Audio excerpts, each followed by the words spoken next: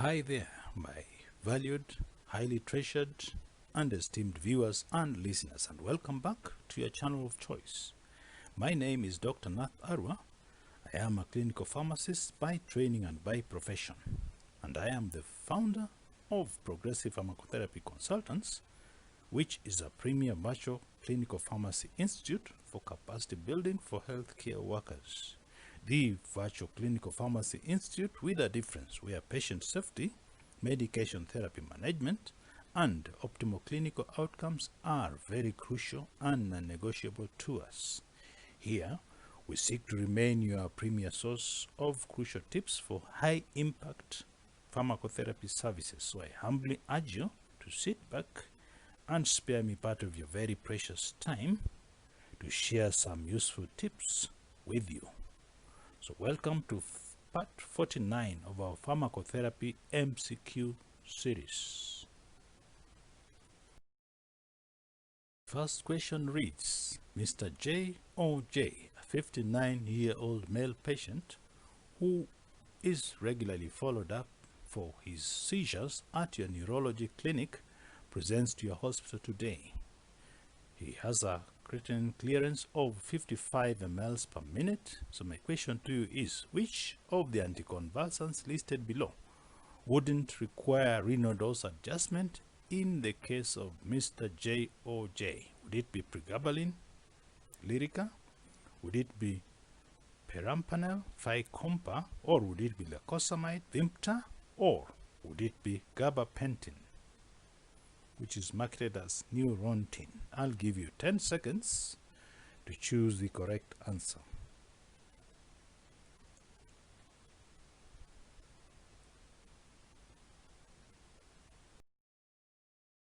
Lacosamide, Vimta it is. Now, lacosamide is an anti-epileptic that is administered orally twice daily, but it can also be administered short-term via the IV route when the oral route isn't feasible. It has dosing adjustments in patients with severe renal impairment, where we are talking of creatinine clearance values below or equal to 30 ml per minute. Now, no dose adjustments for lacosamide is necessary in patients with mild to moderate renal impairment. Now, perampanel, which is also marketed as Pharmacompa, is an anti-epileptic administered orally at bedtime and has dosing adjustments for patients with mild to moderate renal impairment, while pregabalin and gabapentin have dosing adjustments for patients with mild to moderate renal impairment. Let's move to the next slide, please.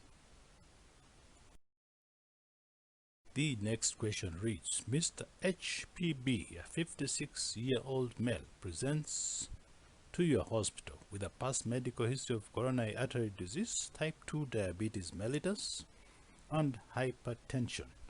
Currently, he takes aspirin, clopidogrel, lisinopril, and atenolol. He is undergoing evaluation for surgical management of ICH. He requires reversal of his antiplatelet medication prior to surgery. Remember, he's on aspirin and clopidogrel. So my question to you is, which of the interventions listed below would be the most appropriate for Mr. H.P.B. now? Would you opt to administer octreotide at a dose of 0.3 mics per kilo IV? Or would you administer desmopressin at a dose of 0.4 mics per kilo IV? Or would you settle for demesclocycline at a dose of 0.3 mics per kilo IV? Or would you settle for vasopressin at a dose of 0.3 mics per kilo IV? I'll give you 10 seconds to choose the correct answer.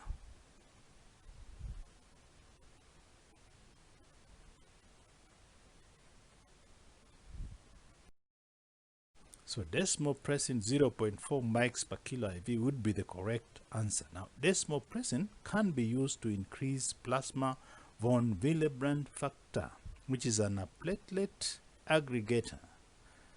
That makes it the correct choice. Now, octreotide and vasopressin aren't used in this scenario at all.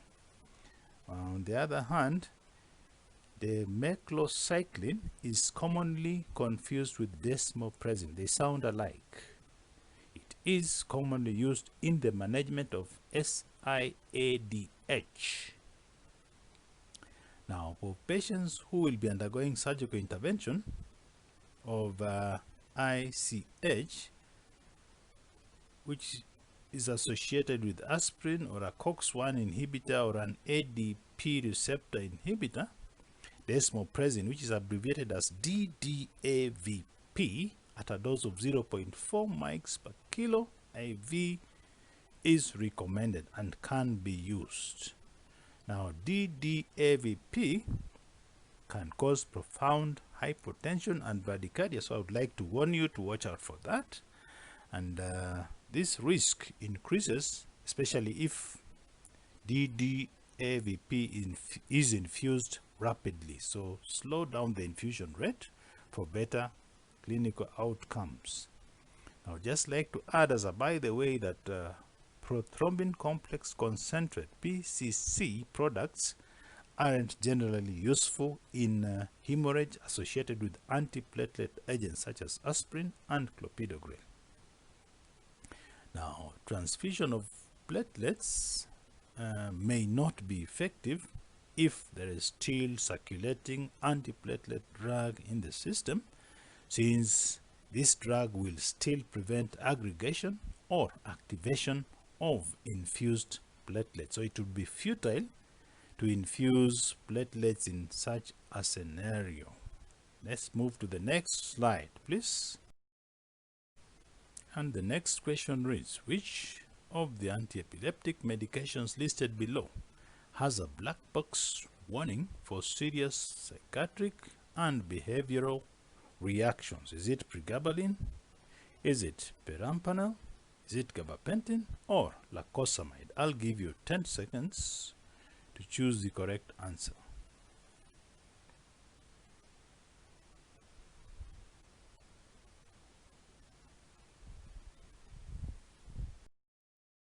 Perampanel it is. Now, perampanel or Fycompa has a black box warning for serious psychiatric and behavioral reactions, and therefore patients should be monitored, and Fycompa should be decreased or discontinued, that is the dose, based on the intensity of symptoms if they occur at all. Now, pregabalin and gabapentin don't have risks for psychiatric and behavioral changes or reactions. Lacosamide, on the other hand, doesn't have these risks either. So that's just a by the way that explains why B is the correct answer. Let's move to the next question, please. And it reads, Mrs. J.G.P., a 77-year-old Caucasian female, presents to the accident and emergency department at your hospital with an acute onset of dysphagia, which occurred 1 hour prior to presentation, according to her last-born son, who witnessed it. She has a past medical history of hypertension, type 2 diabetes mellitus, coronary artery disease status post 2 stent placements 3 months ago. Currently, she takes 5 milligrams of lisinopril once daily, 25 milligrams of metoprolol twice a day orally, 500 milligrams of metformin after breakfast and after dinner, 81 milligrams of aspirin once daily, 90 milligrams of ticagrelor twice a day orally. Your stroke team evaluates her and diagnoses an acute ischemic stroke, and the order for alteplase. Now, after Mrs. J.P.G.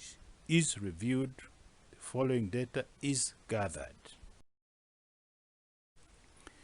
The CT head shows no evidence of intracranial hemorrhage, what we abbreviate as ICH. Some of the pertinent labs include a serum creatinine of 1.6 milligrams per deciliter. The blood glucose levels are at 324 milligrams per deciliter. Her H.P.B is 11.9. The hematocrit is 33.2%. The platelets are 205,000. The INR is 0.9. The WBC is 13.2 with a BNP of 335.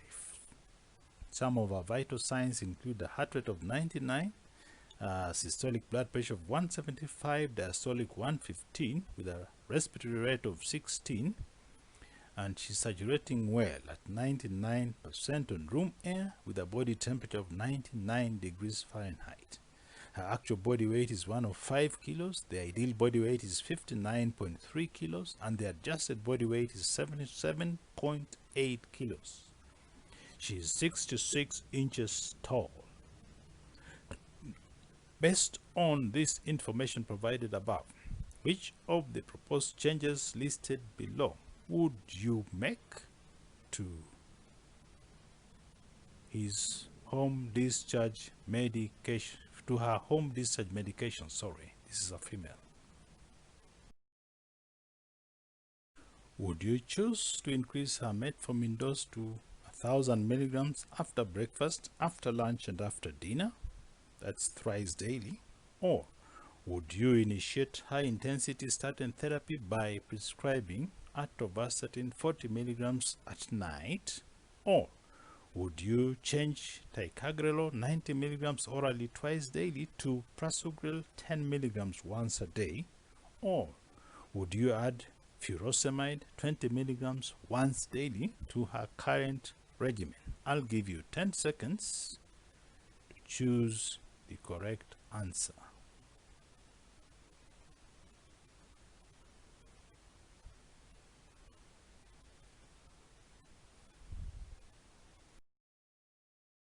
Personally, I would initiate high-intensity statin therapy. According to the guidelines, statin therapy is indicated in all stroke patients and is a key measure in terms of core measure compliance. Now, alternative A, metformin 1,000 milligrams thrice daily is an inappropriate dosing regimen as it exceeds the maximum daily dose. There would be adverse GI side effects. Now, prasugrel is contraindicated in patients with prior TIA or stroke, so I would not settle for C. That would be the wrong answer.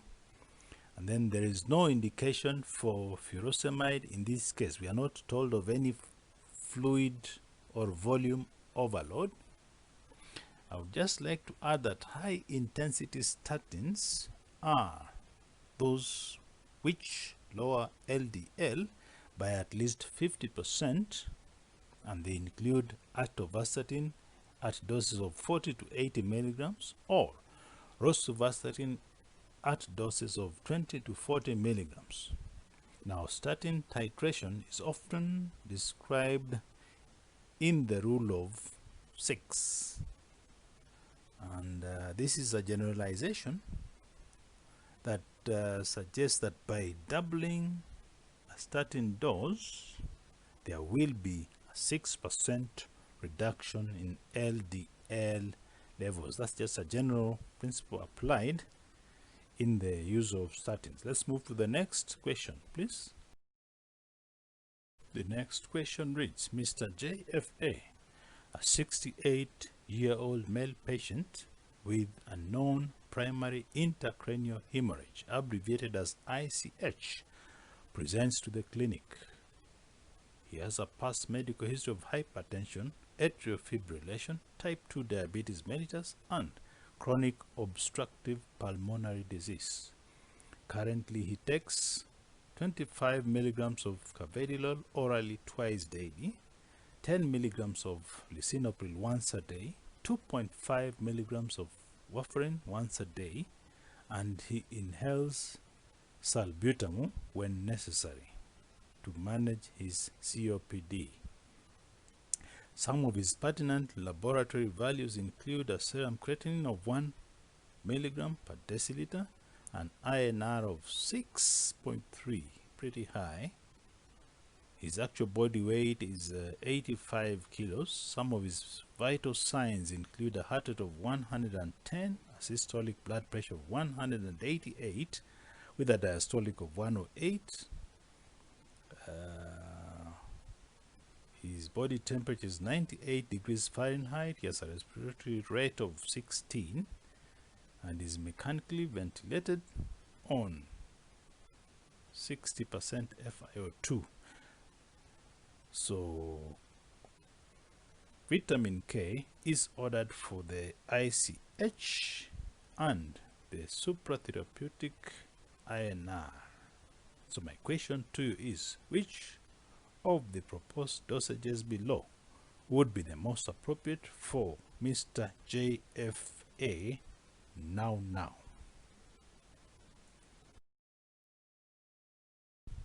Would it be vitamin K at a dose of 5 milligrams administered via IV push, or would it be 5 milligrams of vitamin K administered IM on the right anterior thigh, or would it be 5 milligrams of vitamin K administered IO via piggyback over 30 minutes, or would it be 5 milligrams of vitamin K administered orally via orogastric tube? I'll give you 10 seconds to choose the correct answer.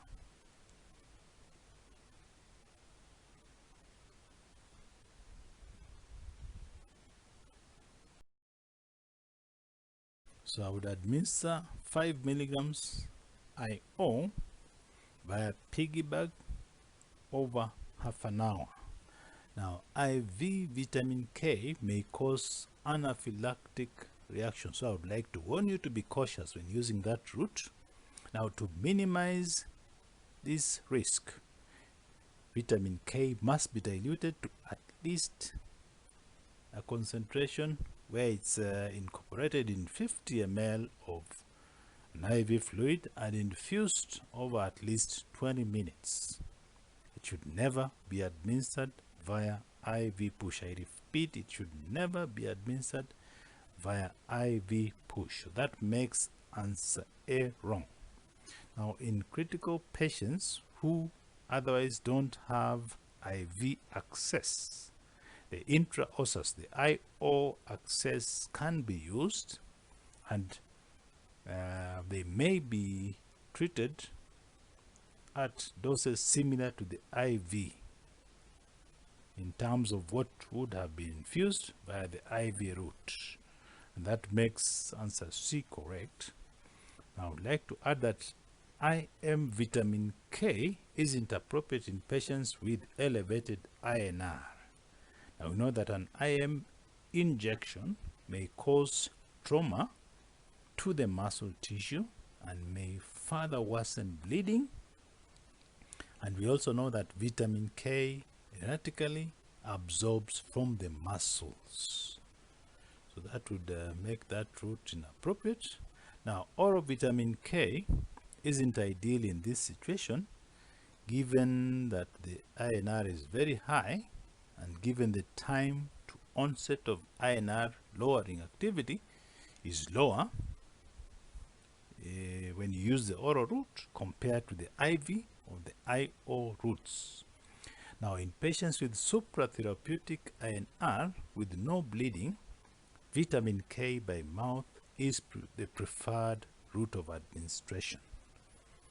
Now, when reinitiating warfarin therapy in a patient who has recently received vitamin K, I would like to warn you that caution should be taken when titrating to therapeutic INR, because what we call warfarin resistance may result. Now, just like to remind you that warfarin inhibits the reduction of vitamin K oxide or epoxide, which is a cofactor in the activation of vitamin K coagulation factors, which are 2, 7, 9, and 10. It is a racemic mixture where the S-warfarin is the primary active component, and it is metabolized by the CYP2C9 enzyme system, while R-warfarin is the weaker component, which is metabolized by the CYP3A4 and the CYP1A2 enzyme systems. That's just a by the way for your information. Let's move to the next question, please. And it reads, Mr. HFN, a 36-year-old male patient, is rushed to your accidental emergency department following a road traffic accident. He had a collision.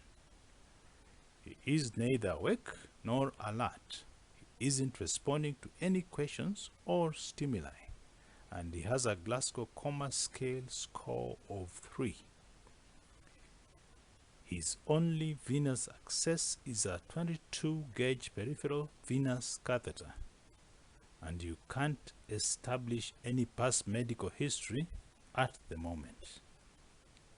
Some of his vital signs include a heart rate of 110, a systolic blood pressure of 165 with a diastolic of 80.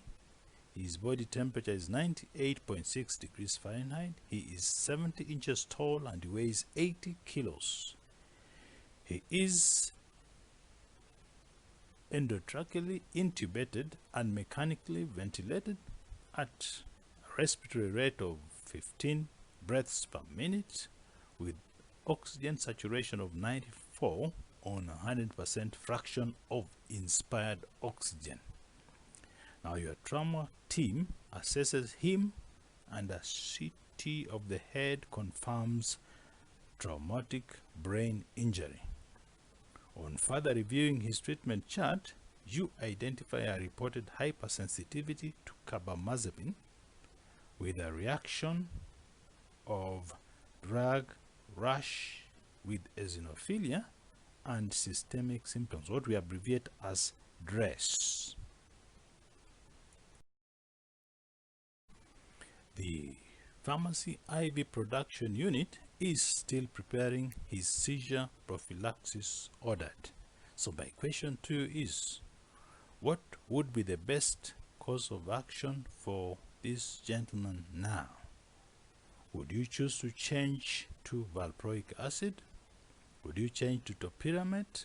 Would you continue administering phenytoin? Or would you change to levetiracetam as you wait for the IV fluid to be delivered? I'll give you 10 seconds to choose the correct answer.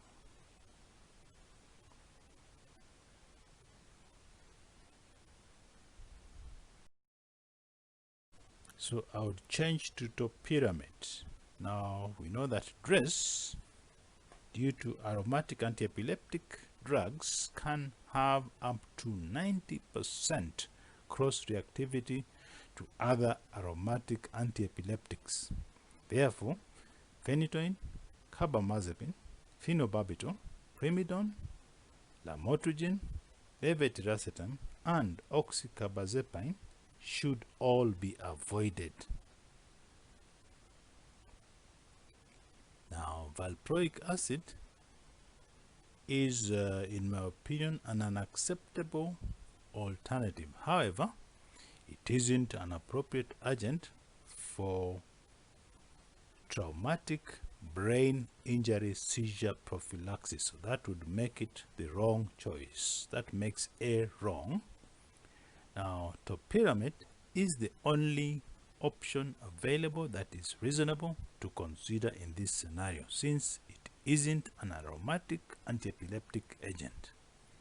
I'd just like to again re-emphasize that phenytoin, carbamazepine, phenobarbital, primidone, and oxcarbazepine,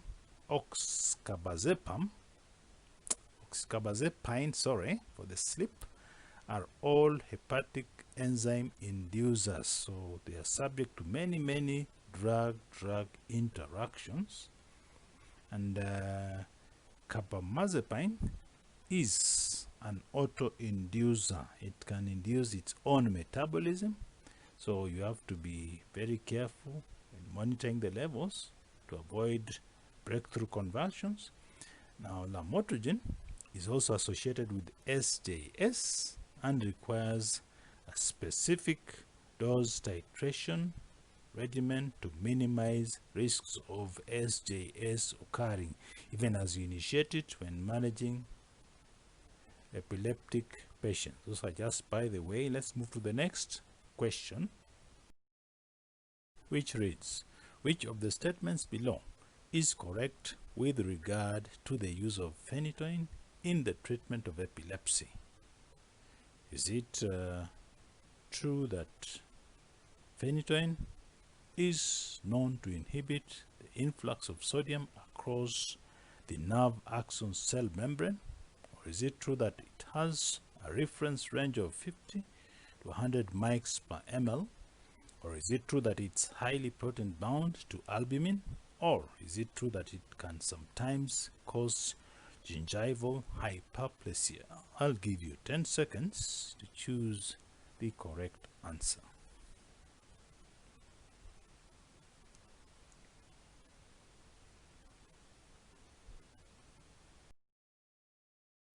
So answers A, C, and D are all correct. Now the correct range for the total phenytoin level is 10 to 20 mics per ml, not 50 to 100. Now the 50 to 100 mics per ml range applies to valproic acid, so remember that. Now at normal doses, phenytoin initially exhibits a first order elimination kinetic, but as the dose or the level increases, it switches to a zero order elimination kinetic profile where toxicity can occur rather quickly. So you have to be cautious when using it in therapy. Let's move to the next slide, please. Next question reads, Mrs. APJ, a 76-year-old female patient, is undergoing evaluation for acute ischemic stroke by your stroke team. In the course of our evaluation, her neurologic deficits resolve and she is diagnosed with a transient ischemic attack, what is abbreviated as TIA. So my question to you is, which of the TPA doses listed below would be the most appropriate for Madam APJ's TIA management now? Would it be 0.6 milligrams per kilogram IV with 10% as a bolus and the remainder infused over 1 hour? Or would it be at a dose of 0.4 milligrams per kilo IV with 10% administered as bolus and the remainder infused over an hour? Or would it be administered at a dose of 0.9 milligrams per kilo with 10% as bolus and the remainder infused over an hour? Or is it true that none of the above applies to her case? I'll give you 10 seconds to choose the correct answer.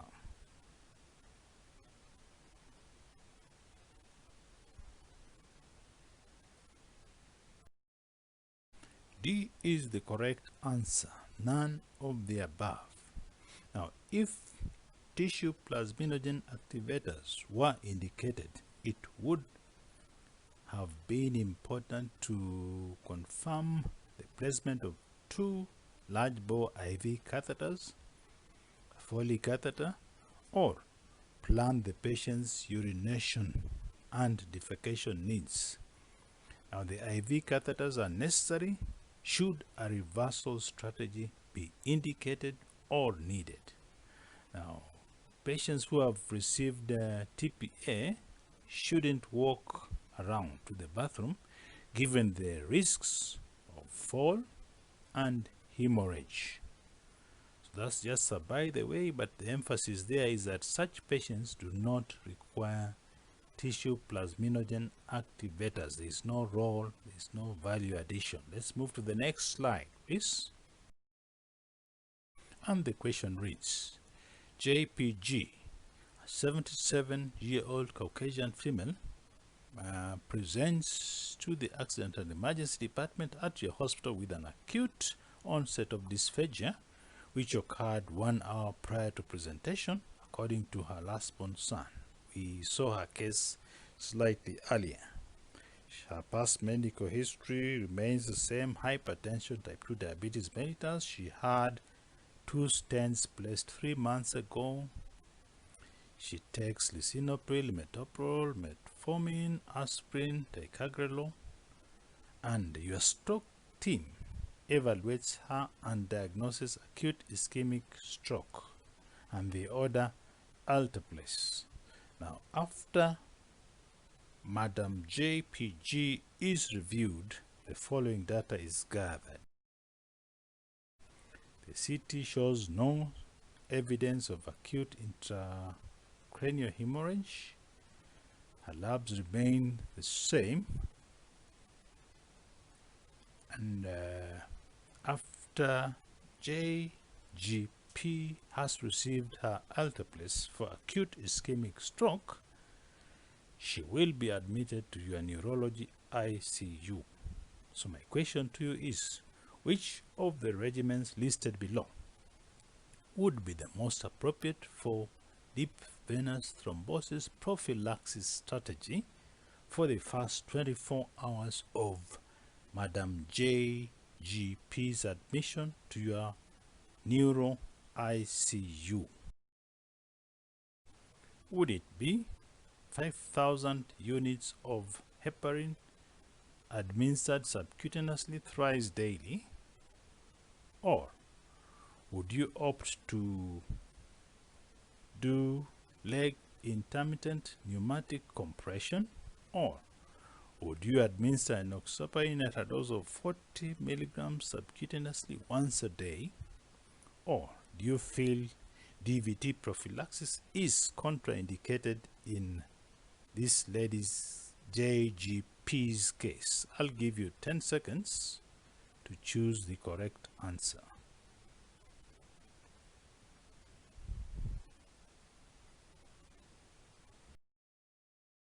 Opt for B.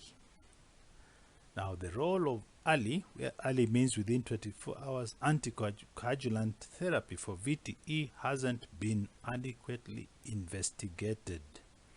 Now, currently, guidelines state that subcutaneous administration of anticoagulants is recommended for treatment of immobilized patients to prevent DVT, and that's a class 1 level A evidence. But initiation of anticoagulant therapy within 24 hours of treatment with TPA isn't recommended, and that's a class 3 level B evidence. Now, the use of intermittent external compression device or devices is reasonable for treatment of patients who can't receive anticoagulants, and that's a class 2A level B evidence. Now, these patients these agents should be used in patients who receive DVT prophylaxis but aren't candidates for anticoagulation. This mode of intervention, the devices, should be used in this category of patients.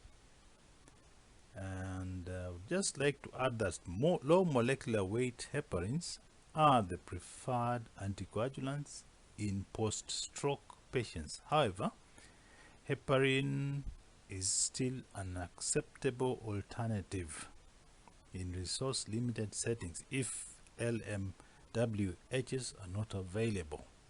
Now, patients will likely be transitioned on to therapeutic anticoagulation or antiplatelet therapy for secondary stroke prevention. Therefore, they may be at higher risk of bleeding complications. So you have to be very, very cautious when managing or transitioning such patients. Let's move to the next slide, please. The question reads, Mrs. UMK, a 66-year-old female receiving TPA for acute ischemic stroke and Nicardipine injection at a dose of 5 milligrams per hour to maintain her blood pressure within the goal range, has an issue. 30 minutes into her TPA infusion, her BP shoots and it's now 200 systolic, 100 diastolic. So my question to you is, which of the interventions listed below would be the most appropriate for Madam UMK now? Would you choose to continue her TPA and increase the Nicardipine dose to 10 milligrams per hour? Or would you hold her TPA and increase Nicardipine to a dose of 10 milligrams per hour? Or would you choose to continue her TPA and add esmolol to her regimen? Or would you totally choose to discontinue the TPA and immediately do a head CT to help you diagnose further? I'll give you 10 seconds to choose the correct answer.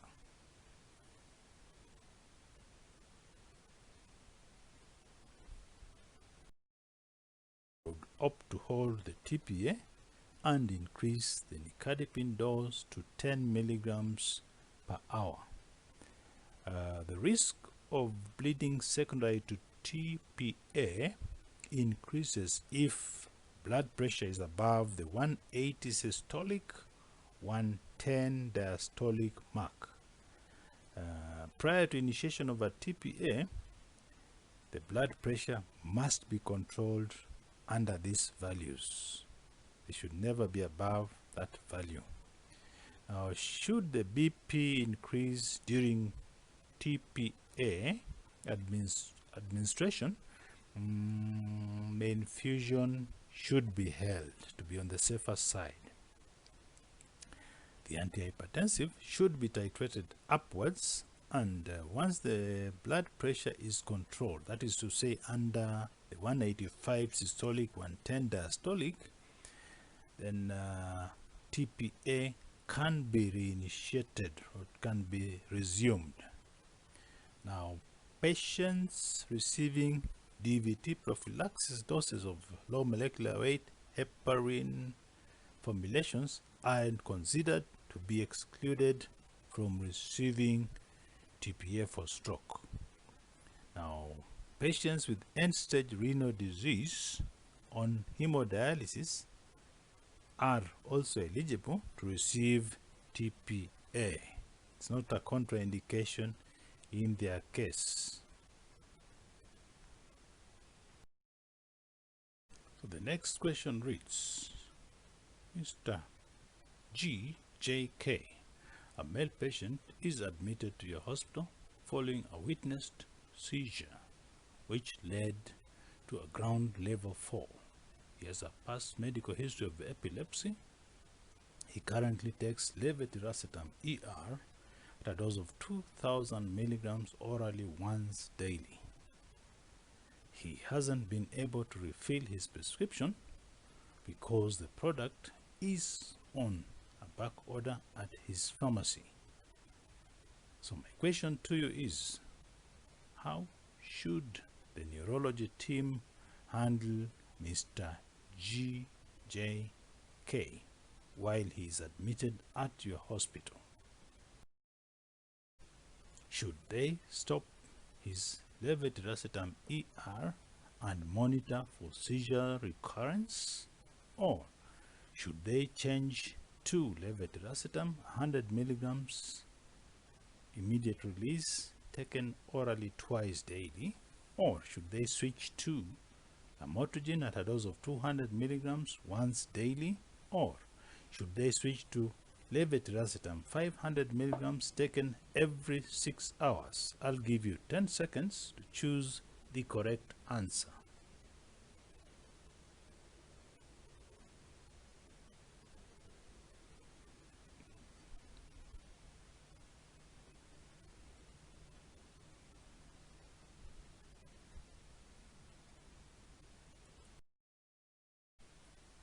So B would be the correct answer. I would opt to administer or to change to Levetiracetam 1000 milligrams taken orally twice daily. That's the immediate release form. And lamotrigine shouldn't be initiated at a dose of 200 milligrams daily, since this extremely high dose increases the risks of rashes. I would like to add that anti-epileptic drug therapy should never be stopped abruptly. So that would make A the wrong answer.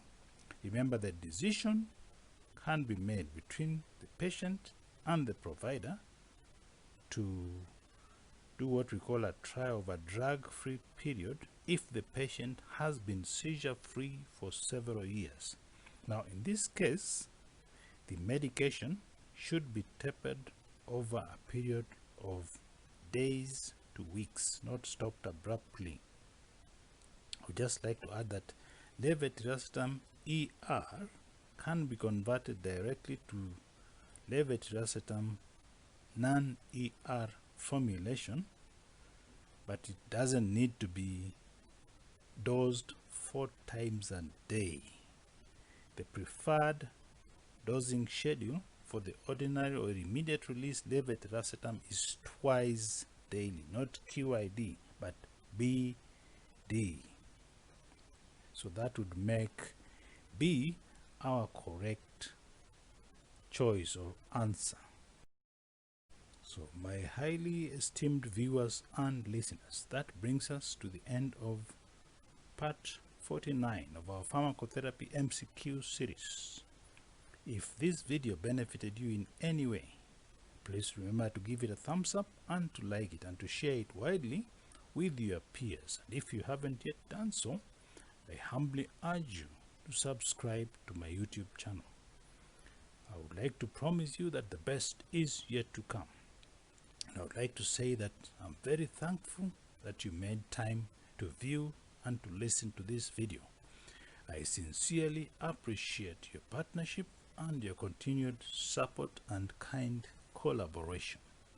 I look forward to interacting with you in part 50 of our MCQ Pharmacotherapy series. Thank you very much for always being there for me.